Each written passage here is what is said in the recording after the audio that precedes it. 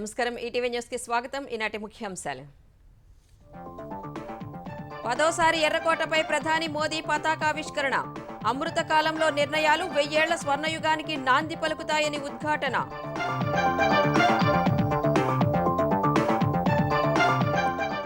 August ప్రసంగంలో కొత్త పథకాలు ప్రకటించిన ప్రధాని. మధ్యతరగతి సొంతింటికి రాయితీ, చేతి వృత్తుల వారికి 15,000 కోట్లతో విశ్వకర్మ యోజన. వారసత్వ రాజకీయాలపై పోరుకు మోదీ పిలుపు. పారదర్శక విధానాలతో అవినీతికి అడ్డుకట్ట వేస్తున్నట్లు వెల్లడి. మరోసారి గెలుపుపై విశ్వాసం. రూపు మార్చుకున్న అంటరానితనంపై యుద్ధం చేస్తున్నామన్న జగన్. ముందెన్నడూ లేని సంక్షేమ పథకాలు అమలు చేస్తున్నామని వ్యాఖ్య.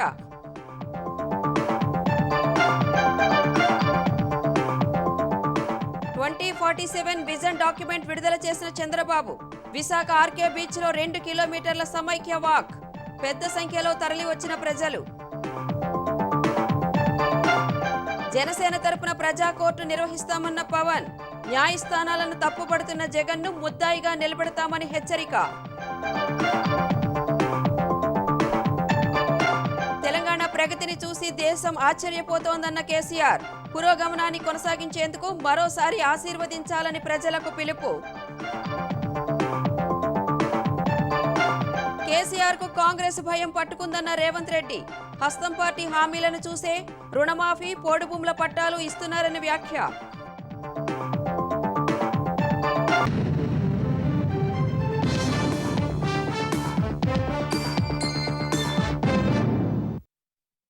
అమృత్ కాలంలో దేశం తీసుకునే నిర్ణయాలు వచ్చే 1000 ఏళ్లలో స్వర్ణయుగానికి నాంది పలుకుతాయని ప్రధాని నరేంద్ర మోదీ ఉద్ఘాటించారు.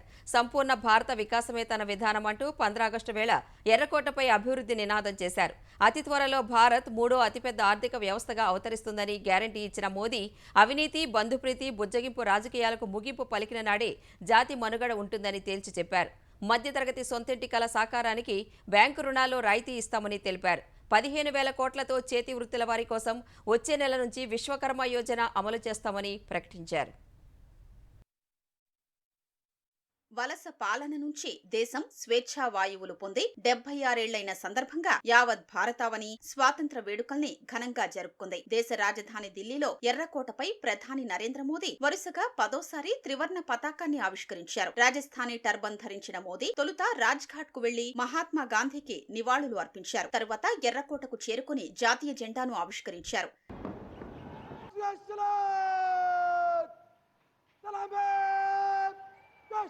అనంతరం జాతినుద్దేశించి మాట్లాడిన ప్రధాని స్వతంత్ర సమరంలో దేశం కోసం త్యాగం నాటి లక్షణమన్నారు. దేశం కోసం జీవించడం నేటి అవసరమని స్పష్టం చేశారు. స్వతంత్ర సమర యోధులు దేశ ప్రజల స్వప్నాల్ని సాకారం చేసేందుకు యత్నిస్తున్నట్లు ప్రధాని ప్రకటించారు. జనాభా, ప్రజాస్వామ్యం, భిన్నత్వం అనే మూడింటికి దేశానికి చెందిన అన్ని కలల్ని సాకారం చేసే సామర్థ్యం ఉందన్నారు. आज हमारे पास डेमोग्राफी है, आज हमारे पास डेमोक्रेसी है, आज हमारे पास डाइवर्सिटी है। डेमोग्राफी, डेमोक्रेसी और डाइवर्सिटी की ये त्रिवेणी भारत के हर सपने को साकार करने का सामर्थ्य रखती है। मेरे शब्द लिख करके रखिए मेरे प्यारे परिवारजनों।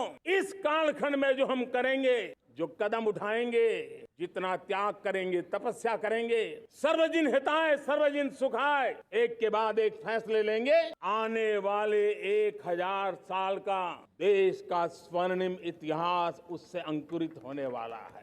భాజపా పాలనలో దేశం అభివృద్ధి చెందుతున్న విధానాన్ని వివరించిన ప్రధాని నవభారతాన్ని ఆవిష్కరిస్తామన్నారు. 140 కోట్ల మంది భారతీయుల భాగస్వామ్యంతో ప్రపంచ ఆర్థిక వ్యవస్థల్లో భారత్ 5వ స్థానానికి చేరిందన్న మోదీ త్వరలో 3వ ఆర్థిక వ్యవస్థగా అవతరిస్తుందని విశ్వాసం వ్యక్తం చేశారు.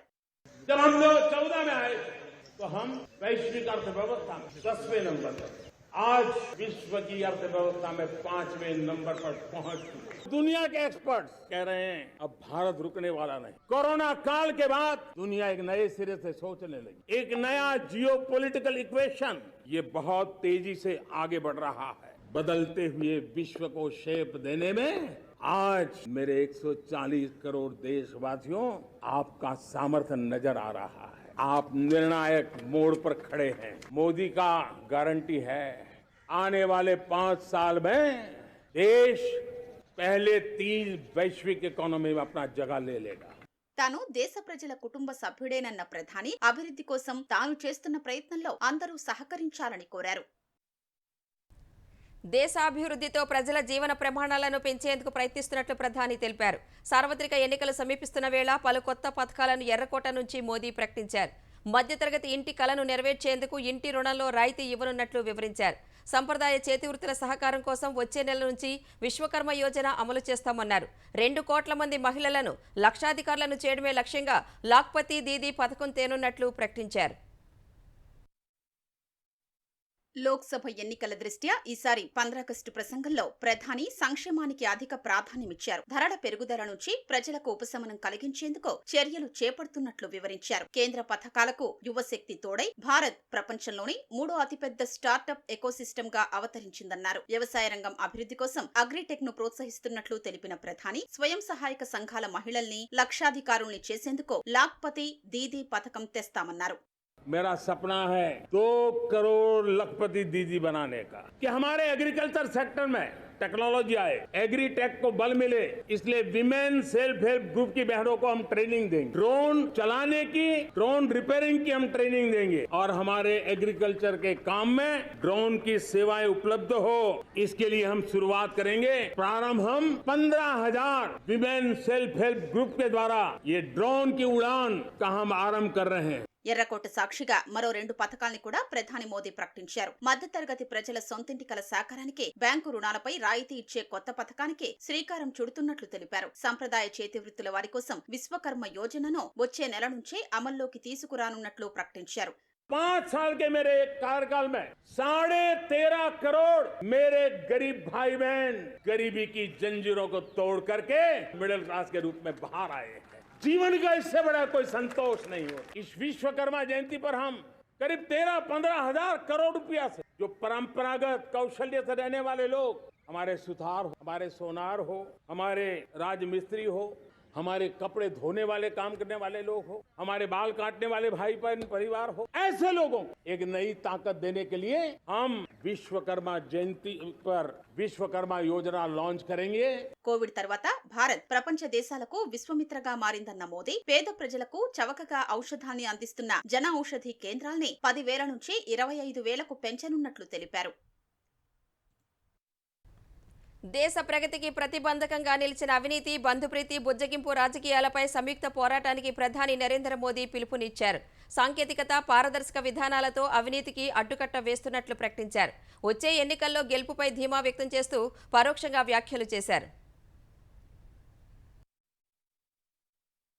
ఎర్రకోట నుంచి 10వ స్వాతంత్ర వేడుకల్ని ఉద్దేశించి ప్రసంగించిన ప్రధాని నరేంద్ర మోదీ అవినీతి, బంధుప్రీతి, బుజ్జగింపు రాజకీయాల్ని నిర్మూలించిన నాడే జాతి మనుగడ, అభివృద్ధి సాధ్యమని ఉద్ఘాటించారు. కేంద్రంలో ఎన్డీఏ ప్రభుత్వం వచ్చినప్పటి నుంచి సాంకేతికత, పారదర్శక విధానాలతో అవినీతికి అడ్డుకట్ట వేస్తున్నట్లు చెప్పారు. कि हम ईमानदारी से भ्रष्टाचार के खिलाफ लड़ रहे हैं. आज परिवारवाद और तुष्टीकरण, इसने देश का बहुत बड़ा दुर्भाग्य किया. आज मेरे देश के लोकतंत्र में एक ऐसी विकृति आई है जो कभी भारत के लोकतंत्र को मजबूती नहीं दे सकती. और वो क्या है बीमारी? परिवारवादी पार्टियां. और उनका तो मंत्र क्या है? Party of the family, by the family and for the family. परिवारवाद और भाई भतीजावाद प्रतिभाओं के दुश्मन होते हैं, योग्यता को नकारते हैं, सामर्थ्य को स्वीकार नहीं करते हैं. और इसलिए इस देश के लोकतंत्र की मजबूती के लिए उसकी मुक्ति जरूरी है. మణిపూర్లో జరిగిన హింసాత్మక ఘటనలపై ఆందోళన వ్యక్తం చేసిన ప్రధాని ప్రస్తుతం అక్కడ పరిస్థితులు మెరుగుపడుతున్నట్లు చెప్పారు. మణిపూర్లో సంపూర్ణ శాంతి పునరుద్ధరణకు కేంద్రం, మణిపూర్ ప్రభుత్వం చర్యలు తీసుకుంటున్నట్లు వివరించారు. कुछ सप्ताह नॉर्थ ईस्ट में, विशेषकर मणिपुर में और हिंदुस्तान के भी अन्य कुछ भागों में जो हिंसा का दौर चला, कई लोगों को अपना जीवन खोना पड़ा. मां बेटियों के सम्मान के साथ खिलवाड़ हुआ. लेकिन कुछ दिनों से लगातार शांति की खबरें आ रही हैं. देश मणिपुर के लोगों के साथ है और शांति से इस समाधान का रास्ता निकलेगा. और राज्य और केंद्र सरकार मिलकर के उन समस्याओं के समाधान के लिए भरपूर प्रयास कर रही है, करती रहेगी. వచ్చే ఏడాది 15 ఆగస్టు రోజున ఎర్రకోటపై నుంచి భారత్ సాధించిన ప్రగతిని వివరిస్తారని చెప్పిన ప్రధాని వచ్చే ఏడాది జరిగే సార్వత్రిక ఎన్నికల్లో ఎన్డీఏ విజయం ఖాయమనే విశ్వాసం వ్యక్తం చేశారు. వచ్చే ఎన్నికల్లో గెలిచి 2024లో కూడా ఎర్రకోటపై జాతీయ జెండా ఎగురవేస్తానంటూ ప్రధాని నరేంద్ర మోదీ చేసిన వ్యాఖ్యలను కాంగ్రెస్ అధ్యక్షుడు మల్లికార్జున ఖర్గే తిప్పికొట్టారు. గెలుపోటములను ప్రజలు నిర్ణయిస్తారన్న ఖర్గే మళ్లీ గెలుస్తామనడం మోదీ అహంకారానికి నిదర్శనమన్నారు. ప్రతి ప్రధాని దేశం కోసం తమ వంతు ప్రయత్నం చేశారని ఖర్గే గుర్తు చేశారు. हर आदमी यही कहता है कि मैं बार बार जीत के आता हूँ, लेकिन जिताना हराना लोगों के हाथ में है. जो आज बोल रहे हैं ये अहंकार की बात कर रहे हैं. ये तो 2023 है. 2024 में फिर मैं झंडा लगाऊंगा. ये सब चीजें कहना अहंकार की बात है. बार बार ये अपोजिशन को लेके अगर स्वतंत्रता दिवस पर भी टीका करते रहेंगे तो देश कैसा बनाएंगे. పేద వర్గాల అణచివేతపై రూపు మార్చుకున్న అంటరానితనంపై 4 ఏళ్లుగా యుద్ధం చేస్తున్నామని ముఖ్యమంత్రి జగన్ అన్నారు. పేదలకు సంక్షేమ పథకాలు రానియకుండా అడ్డుకోవడము అంటరానితనమేనని స్వాతంత్ర్య వేడుకల్లో పేర్కొన్నారు. ఎన్నికల హామీలను అమలు చేసినట్లు లబ్ధిదారుల ఇంటి వద్దకే వెళ్లి చెప్పడం 76 ఏళ్ల స్వాతంత్ర్య భారతావని చరిత్రలో అతిపెద్ద ఘనత అని వివరించారు. 2025 జూన్ నాటికి పోలవరం పూర్తి చేస్తామని పునరుద్ఘాటించారు. ఆంధ్రప్రదేశ్ వ్యాప్తంగా స్వాతంత్ర వేడుకలు ఘనంగా జరిగాయి. ముఖ్యమంత్రి జగన్ విజయవాడ ఇందిరాగాంధీ మైదానంలో జాతీయ పతాకాన్ని ఆవిష్కరించారు. అనంతరం వివిధ పోలీసు బెటాలియన్ల నుంచి గౌరవ వందనం స్వీకరించి వివిధ శాఖలు అమలు చేస్తున్న సంక్షేమ పథకాలకు సంబంధించిన శకటాల ప్రదర్శనను తిలకించారు. తర్వాత వేడుకల్ని ఉద్దేశించి ప్రసంగించిన సీఎం 76 ఏళ్ల స్వతంత్ర భారత చరిత్రలో ఏ రాష్ట్ర ప్రభుత్వమూ చేయలేని మార్పులు చేశామని చెప్పారు. పెత్తందారి భావజాలంపై యుద్ధం చేస్తున్నామని చెప్పుకొచ్చారు. రూపం మార్చుకున్న అంటరానితనాన్ని, పేద వర్గాలను అణచివేస్తున్న ధోరణుల మీద ఈ 4 సంవత్సరాల కాలంలోనే యుద్ధాన్ని ప్రకటించాం. అంటరానితనం అంటే కేవలం భౌతికంగా ముట్టుకోవటానికి వీల్లేదని దూరం పెట్టడం మాత్రమే కాదు, పేద పిల్లలు తెలుగు మీడియంలోనే చదవాలి అని బరితెగించి వాదించడం కూడా అంటరాని తనమే. పేదలు కోరుకునే చిన్నపాటి ఇళ్ల స్థలాల్ని చివరికి కోర్టుల్లో రకరకాల కేసులు వేసి పేదలకు ఇళ్ల స్థలాలు ఇవ్వటానికి, ఇల్లు కట్టడానికి వీల్లేదని అడ్డుకోవటం కూడా అంటరానితనమే. గ్రామ సచివాలయాల ద్వారా గ్రామ స్వరాజ్యానికి బాటలు వేశామన్న సీఎం లంచాలకు తావు లేకుండా 2,31,000 కోట్లు లబ్ధిదారులకు చేరవేశామని తెలిపారు. జిల్లాల వికేంద్రీకరణ చేశామన్న సీఎం రాజధాని వికేంద్రీకరణ కూడా చేయబోతున్నట్లు తెలిపారు. విద్య, వైద్యం, వ్యవసాయం సహా అనేక రంగాల్లో ముందెన్నడూ లేని సంక్షేమం అందించామన్న ఆయన ఎన్నికల మేనిఫెస్టోను 98.5% అమలు చేశామన్నారు. 98.5% వాగ్దానాలన్నీ ఇప్పటికే అమలు చేశామని ప్రింట్ కొట్టి మరి ప్రజల గడప గడపకు వెళ్లటం, వారికి ఆ అమలు చేసిన మేనిఫెస్టోను చూపి వారి ఆశీస్సులు తీసుకోవటం, ఇది ఈ 76 సంవత్సరాల స్వతంత్ర భారతదేశ చరిత్రలో మరే ప్రభుత్వము చేయని ఒక మహా సాహసం, ఒక పెద్ద మార్పు కూడా. గత ప్రభుత్వం మాదిరిగా డబ్బు వృధా చేయకుండా ప్రాధాన్యతా క్రమంలో నీటిపారుదల ప్రాజెక్టులు పూర్తి చేస్తున్నామని జగన్ అన్నారు. శ్రీశైలం నుంచి వరద సమయంలో త్వరితగతిన నీరును తీసుకొచ్చేందుకు కాలువల సామర్థ్యం పెంచడంతో పాటు రాయలసీమ లిఫ్ట్ ఇరిగేషన్ పనులు కూడా ఈ రోజు వేగంగా జరుగుతా ఉన్నాయి. వెలుగొండ ప్రాజెక్టు 2వ టనల్ పనులు మరో 2 నెలల్లో పూర్తి కాబోతా ఉన్నాయి. వంశధార, నాగావళి నదుల అనుసంధానం పనులు పూర్తి చేసి డిసెంబర్ కల్లా ఇవి ప్రారంభించడం కూడా జరుగుతుంది. తోటపల్లి, తారకరామ తీర్థసాగర్ పనులు 2024కు పూర్తి చేయబోతా ఉన్నాం. పోలవరం ప్రాజెక్టు విషయంలో గత ప్రభుత్వం చేసిన తప్పిదాలు, సాంకేతిక సమస్యలన్నింటినీ కూడా అధిగమించి వడివడిగా ఈ రోజు పోలవరం పనులు జరుగుతా ఉన్నాయి. ఈ ప్రాజెక్టును 2025 జూన్ నాటికి పూర్తి చేసి జాతికి కూడా అంకితం చేయడం జరుగుతుంది. నవంబర్ 26న రాజ్యాంగ దినోత్సవాన్ని పురస్కరించుకుని ఇందిరాగాంధీ మైదానంలో అంబేద్కర్ విగ్రహాన్ని ఆవిష్కరిస్తామన్న సీఎం ప్రసంగం అనంతరం పోలీసులకు పతకాలు అందజేశారు. శ్రీ గుణరాం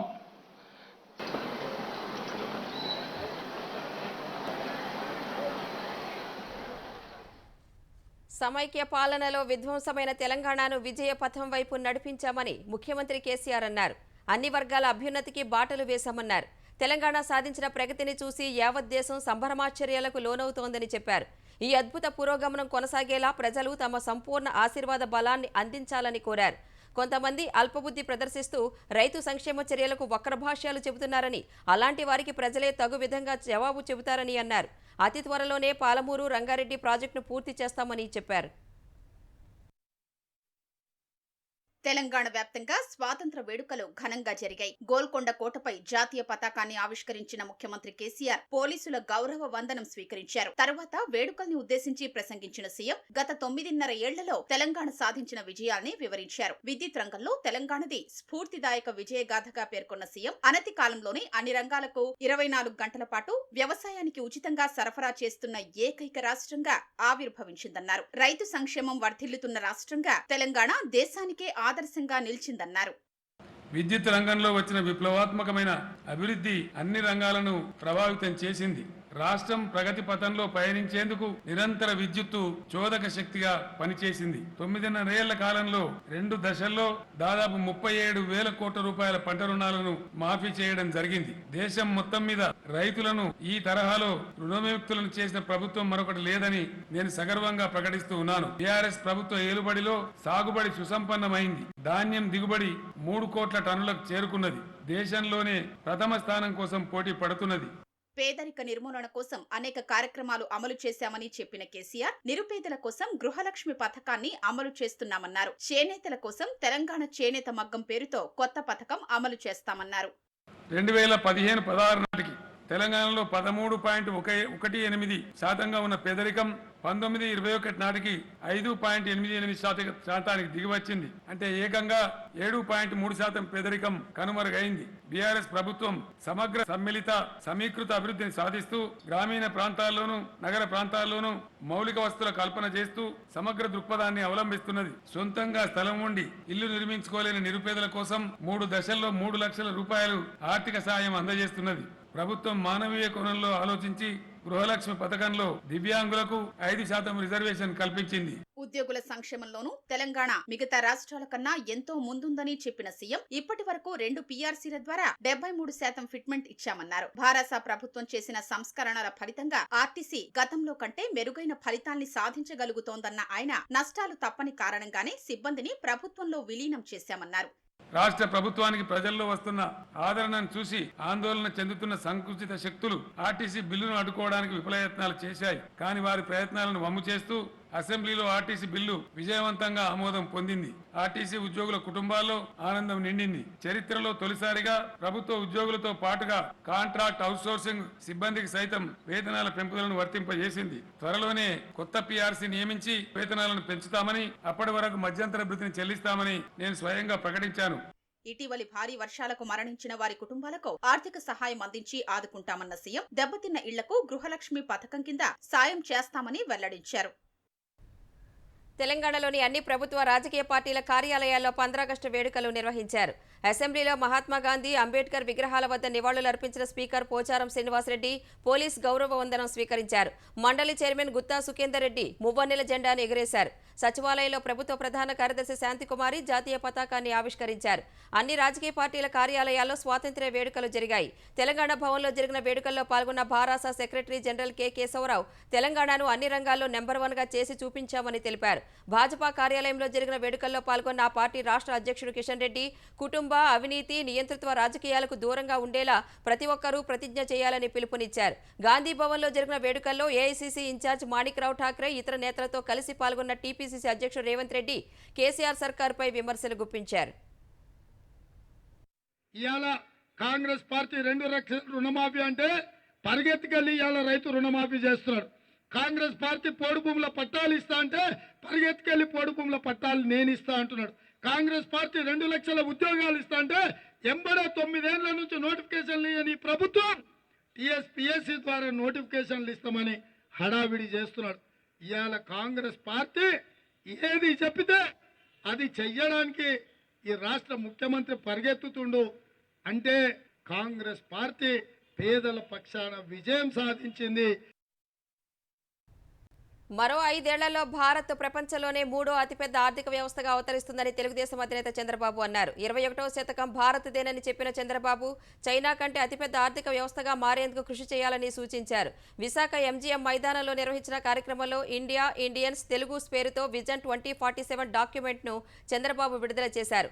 అనంతరం మాట్లాడిన ఆయన 2047లో భారత్ 100 ఏళ్ల స్వాతంత్ర్య వేడుకలు జరుపుకునే నాటికి సంక్షేమం, అభివృద్ధి, సాధికారత రావాలని ఆకాంక్షించారు. పేదరికం లేని సమాజం అవతరించి కొనసాగించాలని అన్నారు. 1991లో వచ్చిన ఆర్థిక సంస్కరణల కారణంగా దేశ ఆర్థిక వృద్ధి గణనీయంగా పెరిగిందన్న చంద్రబాబు 90ల్లో వచ్చిన ఇంటర్నెట్ విప్లవంతో ప్రపంచంలో పెను మార్పులు వచ్చాయని వివరించారు. ప్రస్తుతం ప్రపంచవ్యాప్తంగా సాంకేతికతలో వస్తున్న మార్పులను అందిపుచ్చుకుని దేశాభివృద్ధికి కృషి చేయాల్సిన అవసరం ఉందని చంద్రబాబు సూచించారు.